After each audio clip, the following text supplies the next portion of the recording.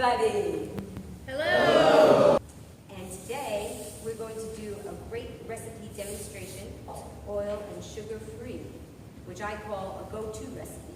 And a go-to recipe is something that you don't have to really think very much about it. You don't have to shop that much for it because you basically have all the ingredients in your kitchen already, and you just go and you've got food, no stress. And it's something that you'll probably eat 2-3 times a month, maybe even more, because it's that go-to recipe.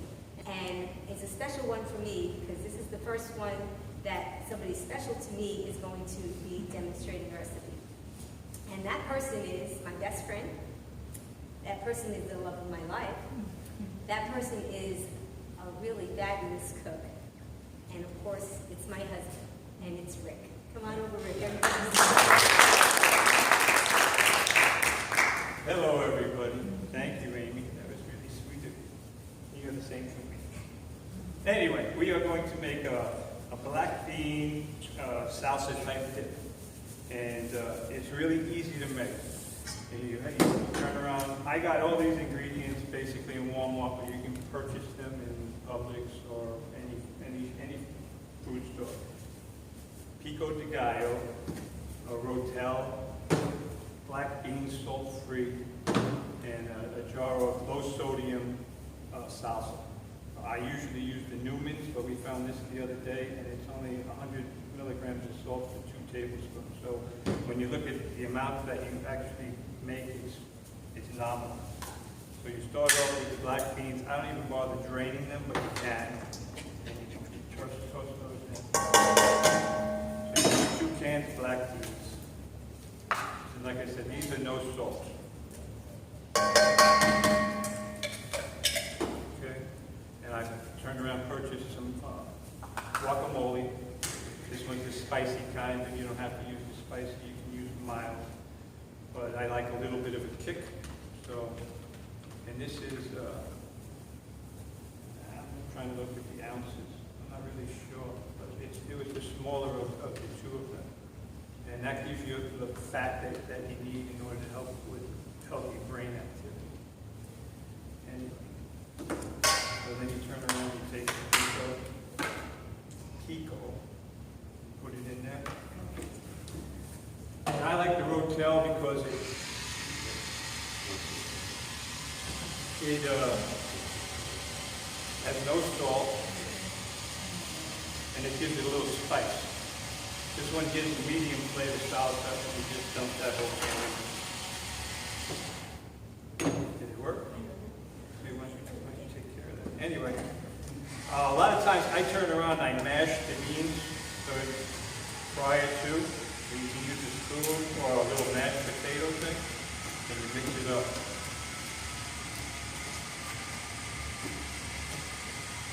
And once that can is open, throw that in, you mix it together, and it comes up just like a dip.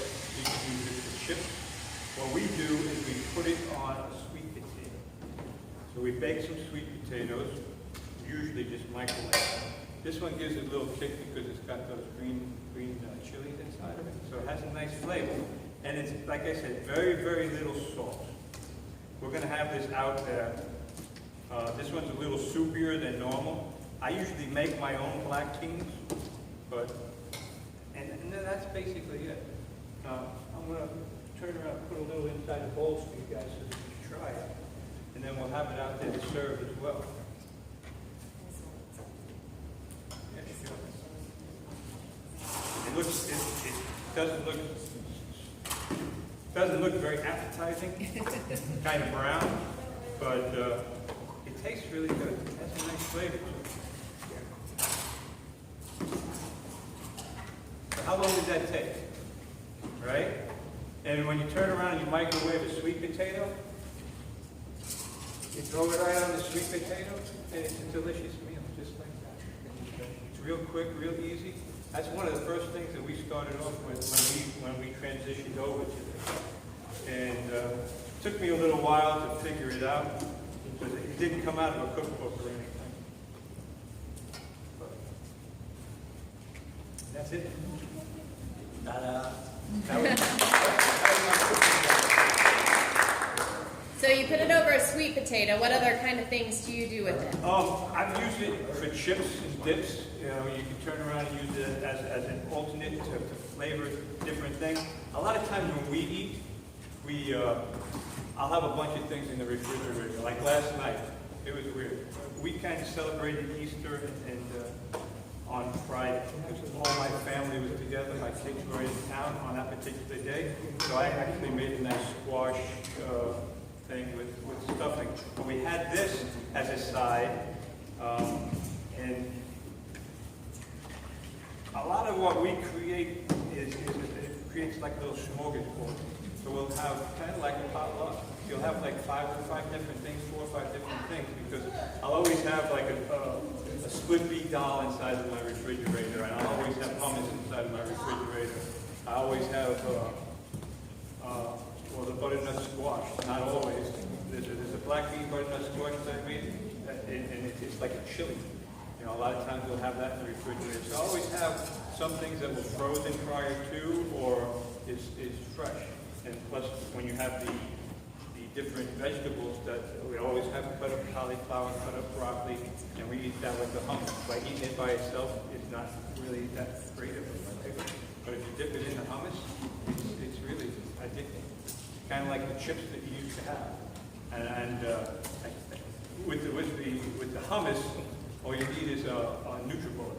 I take a can of black beans and a can of chickpeas, mix them together, throw 2 tablespoons of Benson table safety in there with a couple of cloves of garlic and a little spicy. I don't even use the mustard on that. We use this.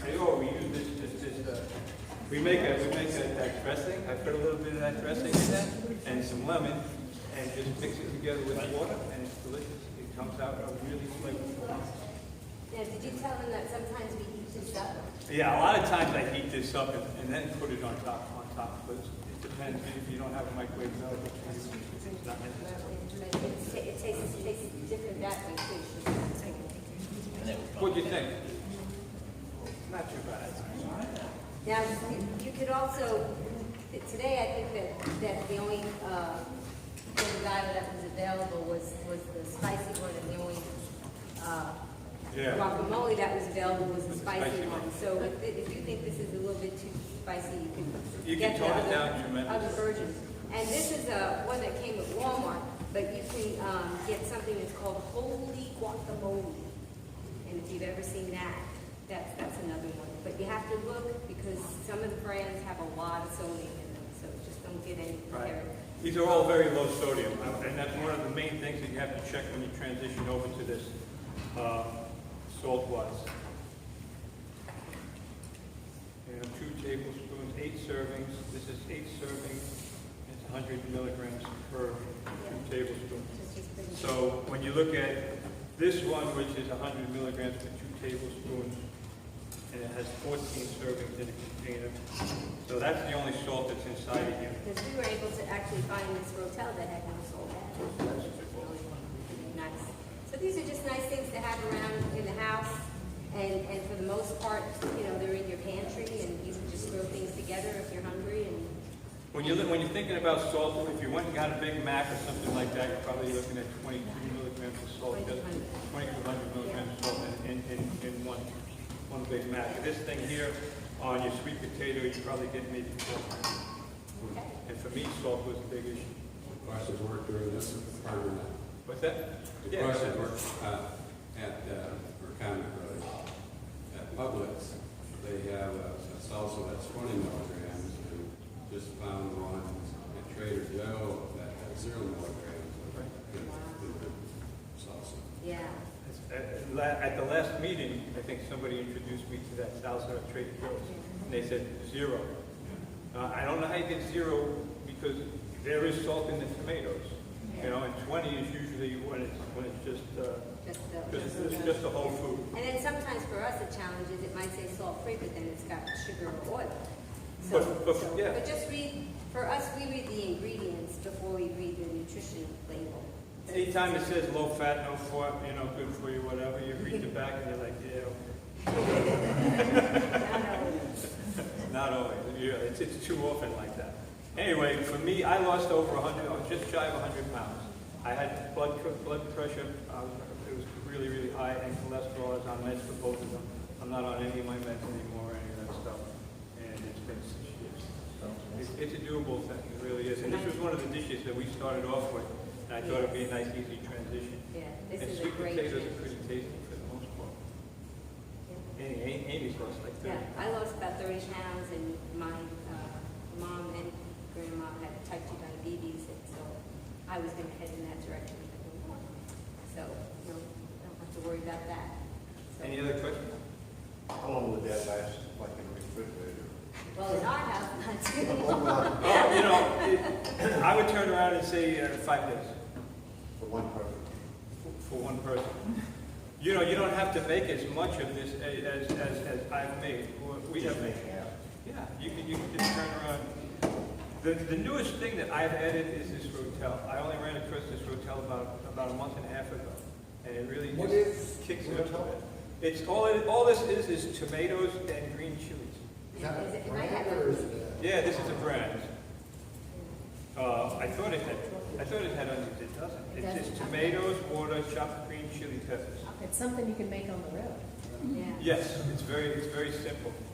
You know, that's why I picked one. It was like 2 cans. I would drink, you know, a can and a can. If you just want to do 1, a half, you don't need the rotel. It's not necessary. But the guaco adds a nice flavor, and like I said, you need the fat, and you have to have healthy fat. You need the fat for brain. It also helps with nutrient absorption. Go ahead. That's it. That's my 2 cents. All right. Okay, well, Yeah, thank it's you, time to everybody, eat. for joining us. And very good?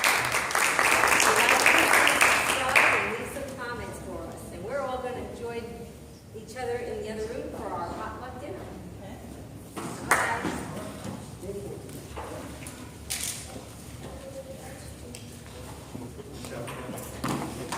I was gonna make some sweet